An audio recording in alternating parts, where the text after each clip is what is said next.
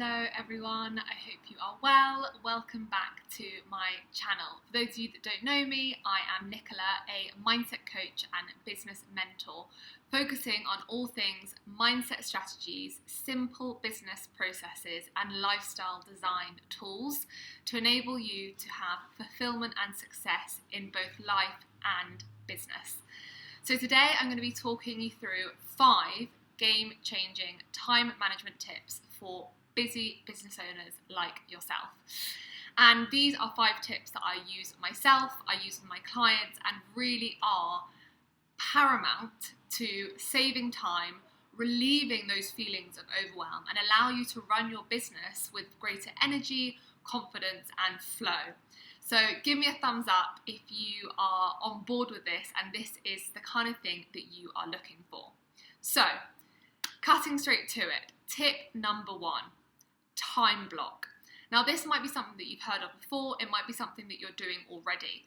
If you're doing it already, I would urge you to keep going with it, but get a little bit more disciplined with it. With that I mean, make sure that you are doing it consistently, rather than just saying you're doing it and then actually ignoring it. For those of you who are not familiar with time blocking or who are not yet using it, it's as simple as blocking out chunks of time in your diary for specific tasks. So that would look like creating 3 50-minute time blocks on a Monday, 3 50-minute time blocks on a Tuesday, and so on, that allow you to allocate specific blocks of time to specific tasks you want to do. A really effective example that I have used myself with time blocking is with content creation. So on a Monday morning or on a Friday afternoon, I'll block out 50 minutes and then another 50 minutes to write out content for my week ahead. Let's say it's finances that you've got to get up to speed with. 50 minutes, block it. Let's say you're writing a blog post for a client, 50 minutes, block it. Now the key is not to time block more than 50 minutes at a time.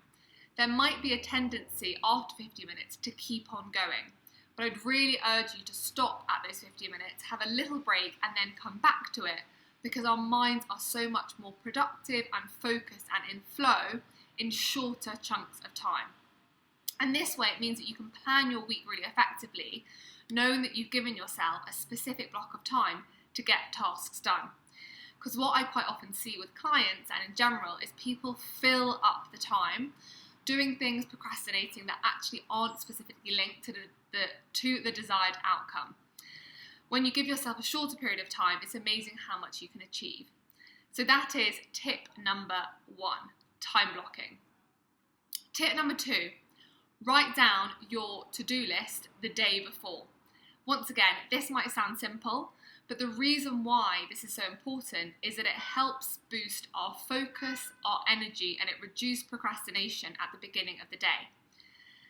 When you write down your to-do list the day before, you start your morning knowing exactly what it is that you need to get done, rather than looking at a long list, starting to feel overwhelmed, starting to get distracted, starting to flip between tasks. Whereas if you start your morning sitting down at your desk with your cup of tea or cup of coffee, with the 3 tasks that you need to do that morning or that day, you just get straight into the task. There's actually scientific research that shows that when you pre-plan your tasks, your mind subconsciously starts working on those tasks. So when it comes down to sitting to do them in the morning or in the afternoon, you're already a little step ahead. So this is something that I go on and on about, but I really do recommend and advocate is planning in advance and sticking to that to-do list. So tip number 3 for your time management. Allocate 3 vibe raises per day. And by this, I mean 3 energy shifters, 3 moments to stop, 3 opportunities to get the energy moving, get your body moving, and get your creativity flowing again. This is to improve energy, reduce procrastination, maintain focus, and navigate boredom. So it might be getting up, putting your favourite song on and having a little dance. It might be making a cup of tea and standing on the balcony. It might be calling up a friend for 15 minutes. It might be having a hot shower. It might be making your favourite cup of hot chocolate. Anything that's going to kind of shift up energy. If you imagine yourself sat in the same space for 2, 3, 4 hours, you're going to become quite stiff physically, but also mentally. When we expose ourselves to different movements, sounds, senses, visuals, that helps with creativity, with motivation, with our mindset, and overall it just allows us to save time because we're more focused at the task at hand. So the way of doing this is to simply put in 3 reminders in your calendar, 3 time blocks of 10 or 15 minutes. One at 10:30, one at 2:30, one at 4:30. Doesn't have to be long. It could literally be 3 minutes listening to your favourite song, moving around a little bit and just shifting up that energy in your body. So that is tip number 3. Number 1, time block. Number 2, write down your to-do list the day before. Tip number 3, 3 vibe raises throughout the day. And you can interpret that exactly how you like. Tip number 4 for saving time is allocating 2 to 3 times per day for checking your inbox. Now, I would love to know in the comments, and feel free to admit we've all been there, and I'm still doing it myself, although I have improved. For checking your inbox, who flits in and out of their inbox without even realising?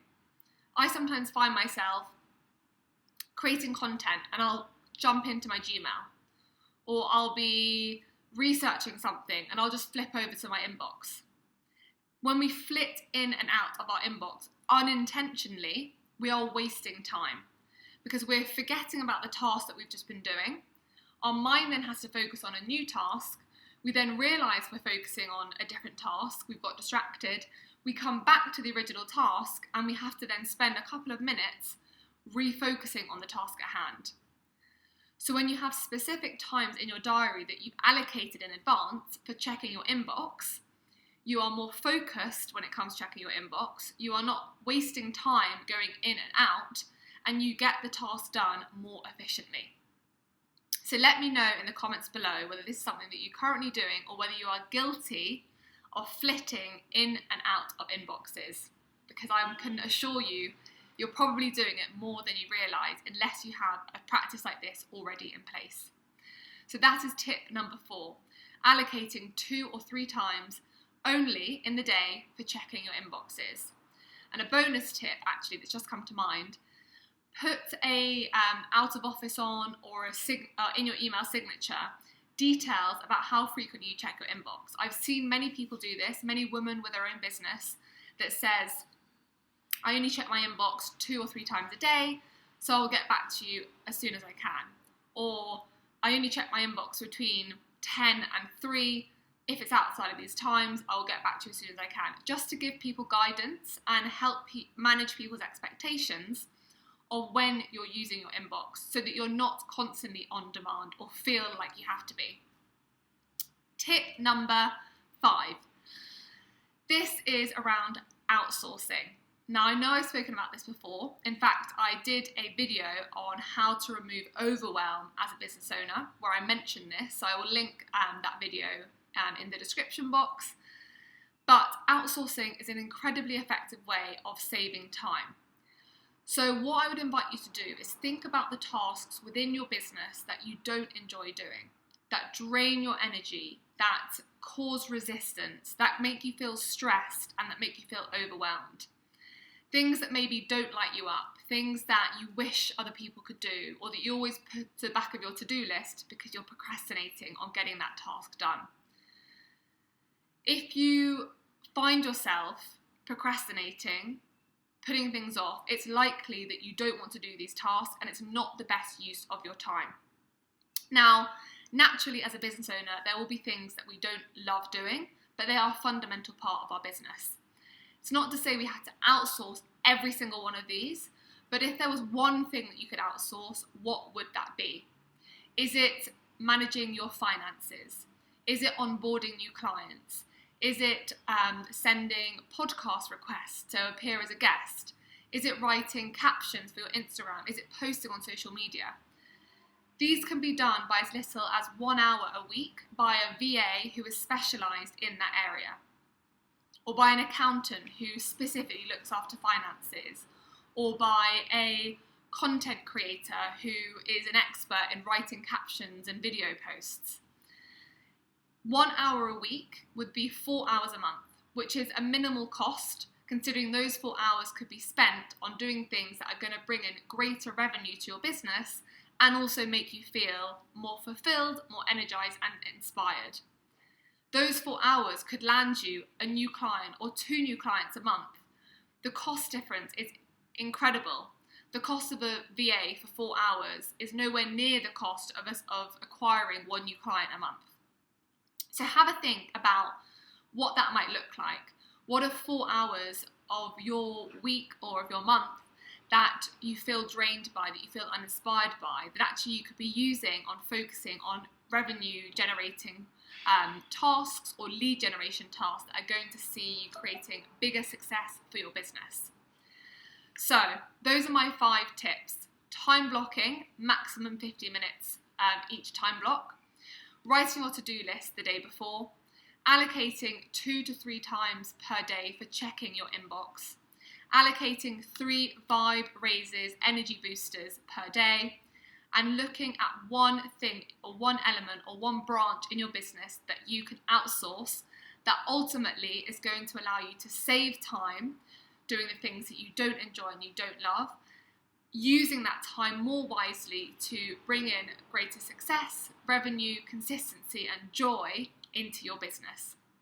So let me know in the comments which one of these you're going to put into place, and do check out my video on how to remove overwhelm as a business owner, because time management and overwhelm can often come hand in hand. Alright, I hope you enjoyed this video. Remember to subscribe, give it a like, and I will see you in the next video. Bye!